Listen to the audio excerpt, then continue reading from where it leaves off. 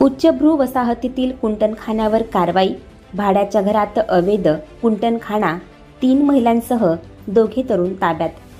धुळे शहरातील देवपूर भागात उच्चभ्रू सोसायटीत सुरू असलेल्या अवैध कुंटणखान्यावर स्थानिक गुन्हे शाखेकडून कारवाई करण्यात आली.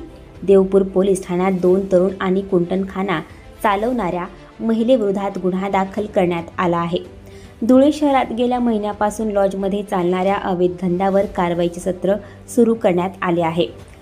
त्यातच देवपूर परिसरात काही उच्चभ्रू वसाहतीमध्ये अशा प्रकारचे कुंटणखाने चालवले जात असल्याची गुप्त माहिती पोलिसांना मिळाली. त्यावरून स्थानिक गुन्हे अन्वेषण विभागाचे निरीक्षक श्रीराम पवार यांनी पोलीस पथकाला या माहितीची खात्री करून कारवाई करण्याचे आदेश केले. देवपूर भागातील एका उच्चभ्रू सोसायटीत एक महिला 4 महिन्यापूर्वी भाडेतत्वावर घर घेऊन कुंटणखाना चालवित होती. छापा कारवाईवेळी गौरव लोटन महाजन राहणार वरखेडी व सौरभ राजेंद्र देवरे राहणार वरखेडी असे 2 तरुण महिलांसोबत आढळून आले.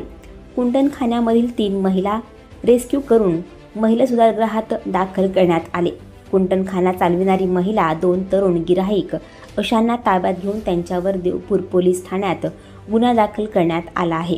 ही कामगिरी उपविभागीय पोलीस अधिकारी धुळे शहर उपविभाग राजकुमार उपासे, पोलीस निरीक्षक स्थानिक गुन्हे शाखा श्रीराम पवार, सहाय्यक पोलीस निरीक्षक श्रीकृष्ण पारधी, अमित माळी, मुकेश वाघ, शशिकांत देवरे, संदीप पाटील, धर्मेंद्र मोहिते, सुशील शेंडे, शीला सूर्यवंशी, राजीव गीते, गुलाब पाटील, भरोसा सेल येथील पोलीस उपनिरीक्षक कल्याणी पाटील, प्रियंका ओमाळे व मोनाली सैंदाणे यांनी केली. आणखी नवनवीन व्हिडिओ पाहण्यासाठी आत्ताच आमच्या स्टार TV 9 चॅनलला सबस्क्राईब करा, लाईक करा, शेअर करा. Bureau report, star TV 9, Devpur, Dhule.